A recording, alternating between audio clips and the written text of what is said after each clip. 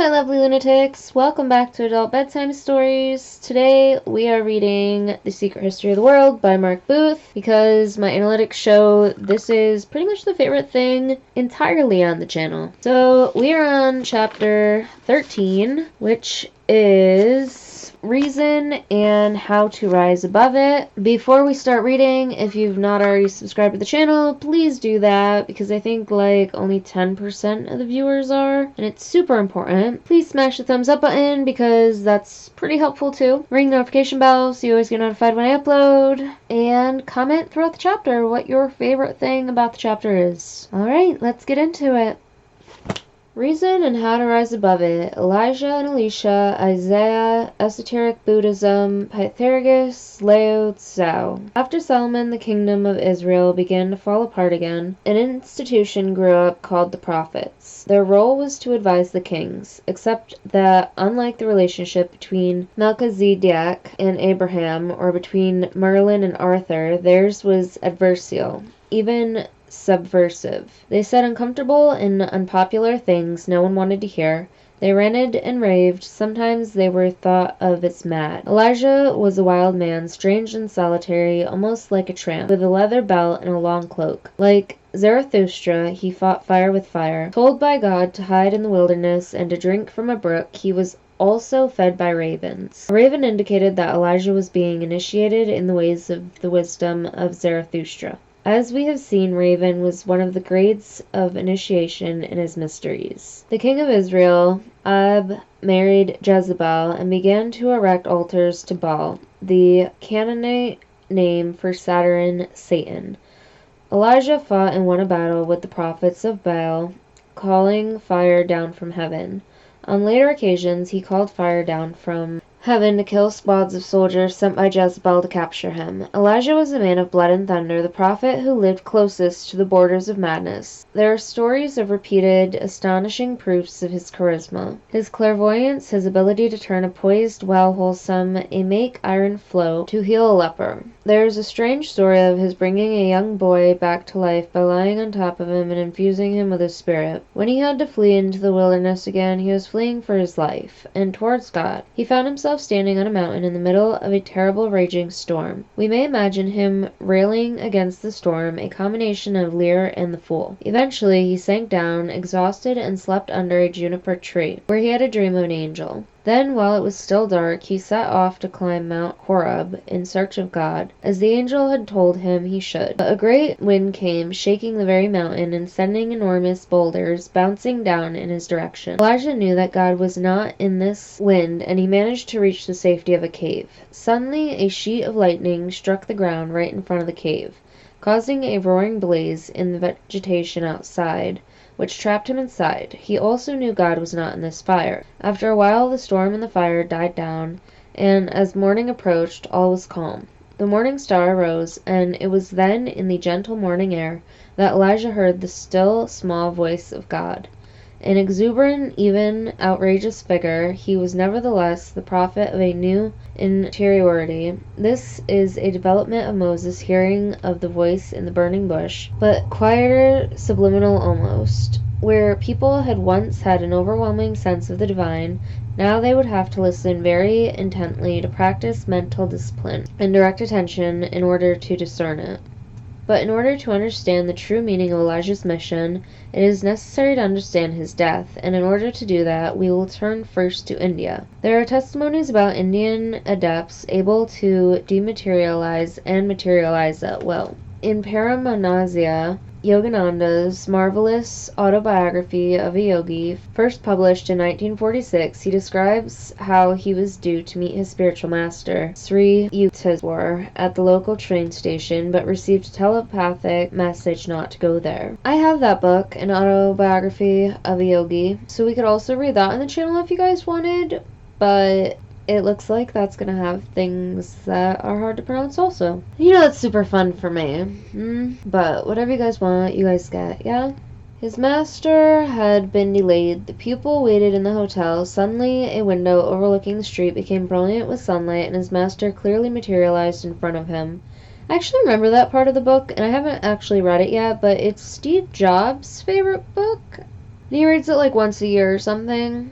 His master explained that he was not an apparition but flesh and blood, that he had been divinely commanded to give his pupil this very rare experience. Paramahansa Yogananda touched the familiar sandals made of orange canvas and rolled with rope. He also felt the ochre cloth of his master's robe brush against him. Elijah developed this gift to the next stage. He learned how to excarnate and incarnate at will. You can't take it with you, goes the popular saying, but according to the secret doctrine, you can. The great 20th century initiate G.I. Gurdjieff said that exactly what is needed truly to become master of oneself in this life is what is needed to survive as a conscious being in the afterlife. Initiation is concerned at least as much with life after death as with this life. In the 7th book of the Republic, Plato said, "Those who are unable in the present life to apprehend the idea of the good will descend to Hades after death and fall asleep in its dark adobe." At the end of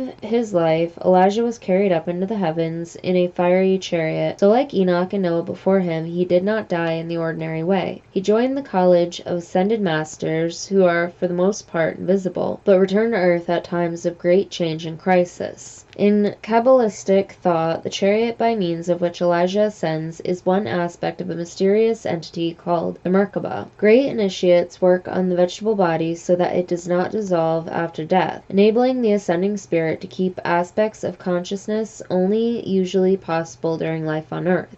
Initiates know of secret techniques by means of which very fine energies may be crystallized in such a way that they are not dispersed after death. We will see later that Christian thinkers would call this chariot the resurrection body. As Elijah ascended, his mantle slipped from him to be taken up by Elisha, whom Elijah had chosen as his successor. By some mysterious process, the conferring of the mantle gives Elijah an increased portion of Elijah's power. The conferring of the mantle gives Elisha an increased portion of Elijah's power. We will return to look at the way this works when we come to consider the life and work of Shakespeare. The succession of Elijah by Elisha was not without ambiguity, though. Once Elijah seemed as if he might want to repudiate Elisha, he hurried off, and when Elisha caught up with him, Elijah said, "Go back, what have I done to you?" Does he see something in Elisha he is not sure of? Later, Elisha is mocked for being bald by a large gang of boys, and uses his power to call 2 bears from the woods, which attack and kill them. It is as if the prophet is still engaged in a deadly battle with Baal. 200 years later, by the time of the prophet Isaiah, a new transcendent understanding of the way the universe works had developed. The concept of grace put prophets on a much less warlike footing. In 550 BC, Isaiah proclaimed, "The people that walked in darkness have seen a great light. For unto us a child is born, unto us a son is given, and the government shall be on his shoulder, and his name shall be called Wonderful Counselor, the Mighty God, the Everlasting Father, the Prince of Peace." The concept of grace grew out of this prophetic sense of history. The kings of the 2 kingdoms and their peoples failed to do what was asked of them. They degenerated and the land was laid waste, but then because of the grace of God, a living root emerged from the wasteland. The prophets saw grace operating in this way in their own lifetimes, on a military and political level, in the rise and fall and rise again of their own little kingdoms. They also prophesied its repetition in the greater cosmic cycles of history. For the followers of Baal, on the other hand, life was about the exercise of power. They believed that if they performed the correct religious practices, sacrifices, and magical ceremonies, they could compel their gods to do their bidding. Isaiah repudiated this view. He told his people that Yahweh had shown them grace by choosing them,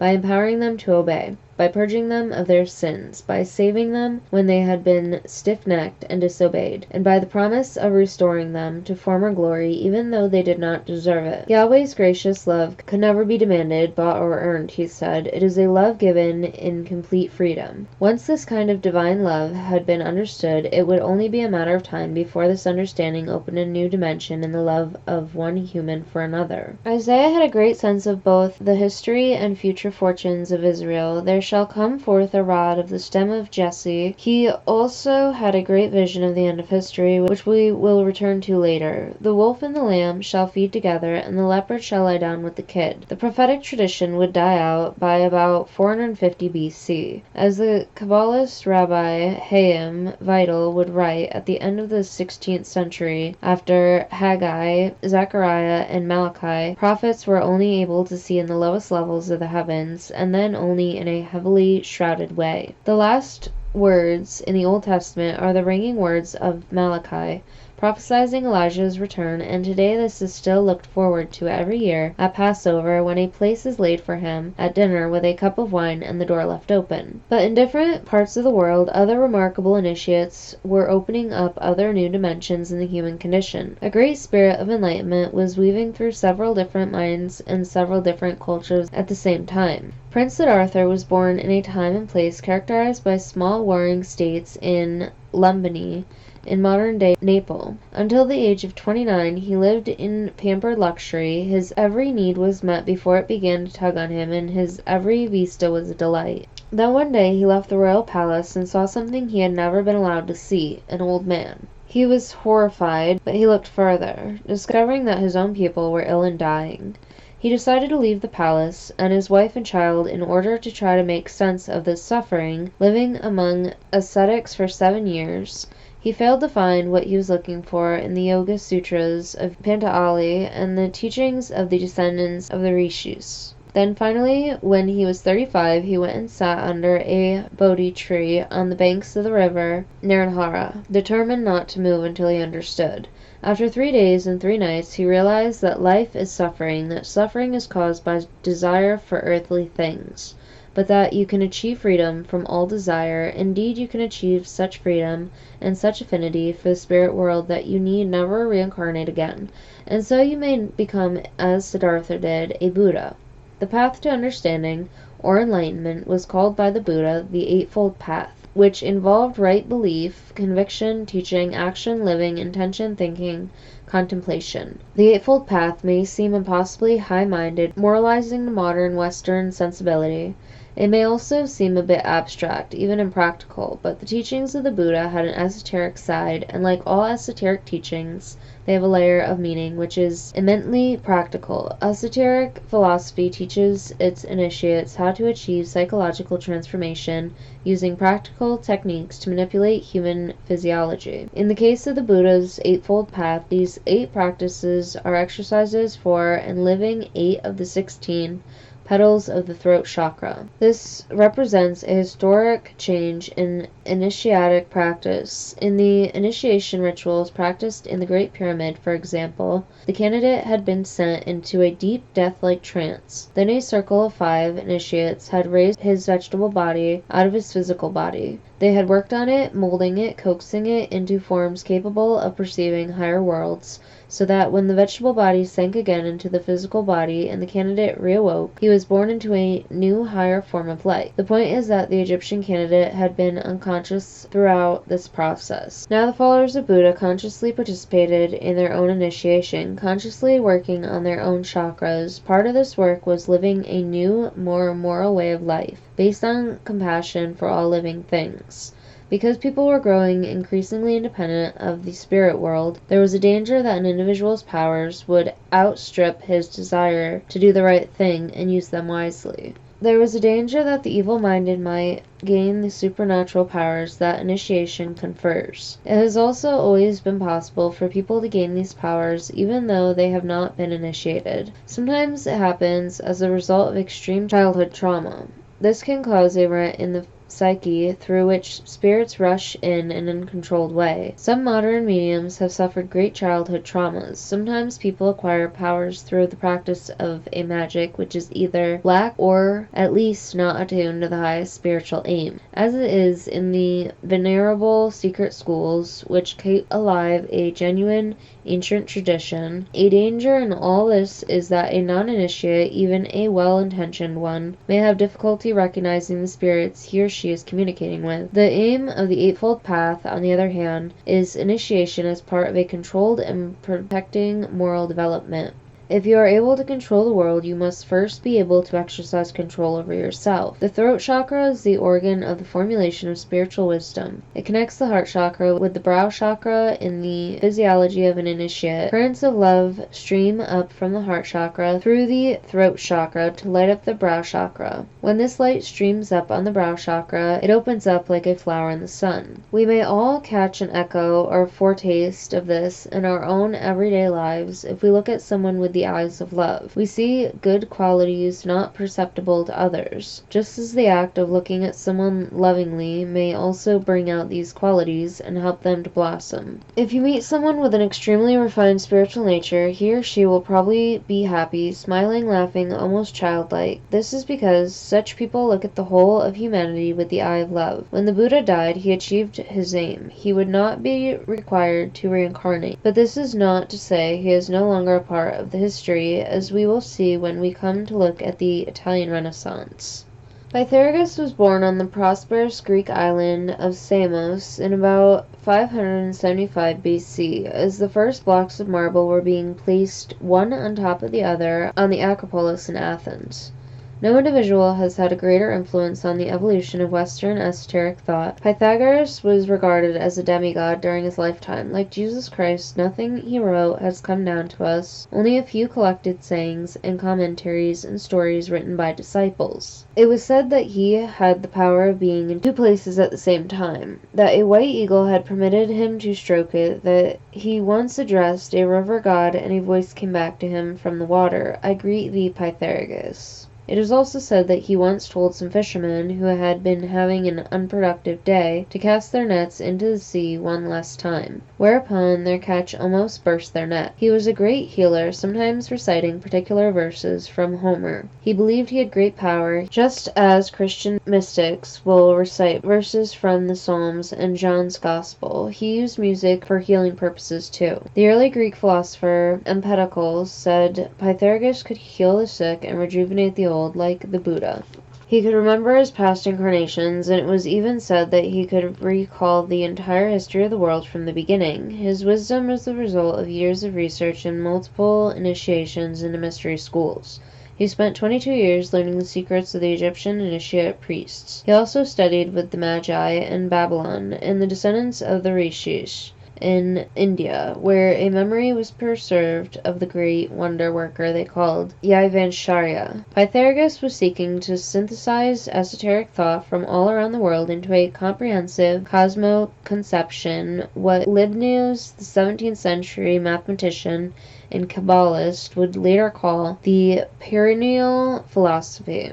At this point in the history of the world, according to idealism, we have reached a turning point. The great ideas or thoughts emanating from the cosmic mind are now almost hidden by the matter they have worked together to create. The mission of Pythagoras was to record them as concepts before they disappeared entirely. Pythagoras' philosophy, therefore, begins the process of translating the primordial vision, the picture consciousness of ancient humanity, into abstract conceptual terms. In about 532, Pythagoras fell foul to Polycrates, the despotic ruler of Samos. Forced into exile, he set up a small community, the first of several, in Crotone in southern Italy. Candidates for initiation into his community had to undergo years of training, including a strange diet that included poppy, sesame, and cucumber seeds, wild honey, daffodil flowers, and the skin of sea onion from which the juice had been completely extracted. There was great emphasis on gymnastics as a way of bringing the three human bodies, material, vegetable, and animal, into harmony, and candidates were required to remain silent for years on end. Pythagoras was able to grant his pupils a great vision of the spirit worlds, which he would then interpret it for them. Out of this, the first discursive teaching would emerge: mathematics, geometry, astronomy, and music. In his day, Pythagoras was said to be the only human being able to hear the music of the spheres. conceived as a scale of different notes, each made by the 7 planets as they moved through space. This is easy to dismiss as mystical hogwash, but the story of how he measured the first musical scale has an authentic sounding ring to it. One day Pythagoras was walking through town when he heard metal being pounded on an anvil. He noticed that different sized hammers made different sounds. Returning home, he fixed a plank of wood across a room and hung a series of weights on it in an ascending scale. By a process of trial and error, he determined that the musical notes that sound beautiful to the human ear correspond to different weights. He then calculated they were proportionate to one another in a mathematically precise way. It is from these calculations by Pythagoras that we derive the musical octave we understand and enjoy today. As Pythagoras and his followers began to describe the rational element in life, they started to formulate a parallel concept. It was a concept which had perhaps never been articulated before, because up till that point it had been a part of everyone's everyday experience. The concept went like this: life can be explained in rational terms only up to a point. There is a vast irrational element in life too.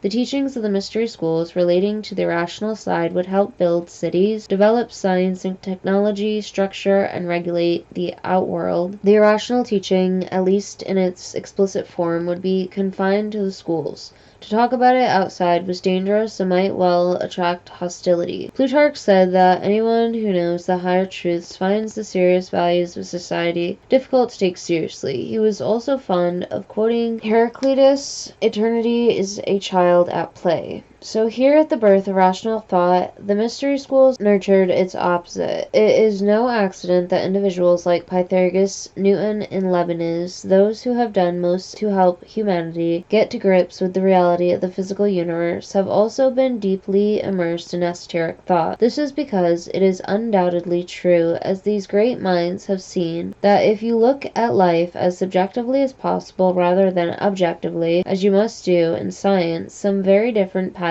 emerge. Life viewed objectively may be rational and subject to natural law, but experienced subjectively it is rational. By consciously splitting experience in this way, Pythagoras made it possible to think more clearly about both dimensions. The pupils of Pythagoras were taught to live apart from society, alternating between mystical ecstasy and intellectual analysis.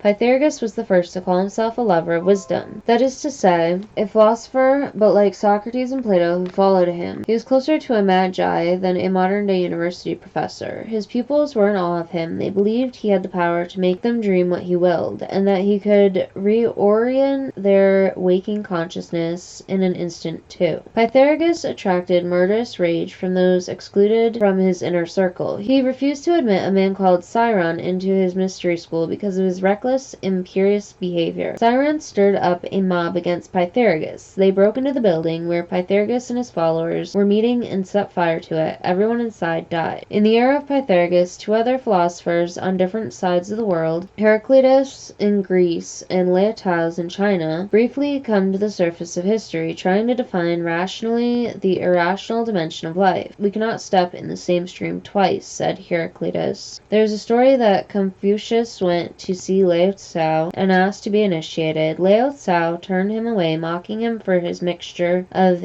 ingratiating manners and vaulting ambition. It is probably apocryphal, but it points to an important truth, which is that Confucianism and Taoism represent exoteric and esoteric thought in China. Confucius spent years collecting traditional Chinese wisdom, and these collections would be adopted as manuals for government by later Chinese leaders. The saying of Confucius are eminently reasonable. A 1,000-mile journey begins with a single step. Value the task more than the prize. If you can meet your goals, adjust your goals, and so on. We can compare Confucius with Rudyard Kipling. They were both servants of empire. If scientific materialism described everything there is in life, Kipling's poem, if would be the last word on the conduct of life and esoteric philosophy, would have nothing to teach us. If you can force your heart and nerve and sinew to serve your turn long after they're gone, and so hold on when there's nothing in you except the will which says to them, hold on. If you can fill the unforgiving minute with 60 seconds worth of distance run, yours is the earth and everything that is in it, and which is more, you'll be a man, my son. The problem is that though there may be times when the best thing to do is to try with all our might and not give up, there are other times, as Orpheus had found to his cost, when it is prudent to give up and go with the flow. Sometimes when you grab at what you want, you just push it further away. Sometimes the only way to keep something is by letting it go. As Lao Tzu says, because the awakened one puts himself behind, he steps ahead. Because he gives way, he gains. Because he is selfless, he fulfills himself. The still is the lord of the restless. 30 years after the death of Pythagoras, an enormous Persian army under Xerxes swept over Greece. Then, in the early years of the 5th century BC, Persian forces were defeated and driven back by the Athens as Marathon, and then by an Athenian-Spartan alliance at Mycale. Pythagoras had institutionalized the open discussion of options and the making of collective decisions on matters which concern the whole community. What we today call politics. From this, and in the space created by the Athenian-Spartan alliance, would emerge the unique character of the Greek city-state of Athens. And that, my lovely lunatics, is the end of chapter 13. So next time we read The Secret History of the World by Mark Booth, we will be on chapter 14, The Mysteries of Greece and Rome. Thank you so much for watching. I hope that you have subscribed, ring the bell so that you get notified when I upload, smash the thumbs up button because it helps the channel so much so more people see the video, and comment what you liked most about the chapter. Until next time, my lovely lunatics, goodbye!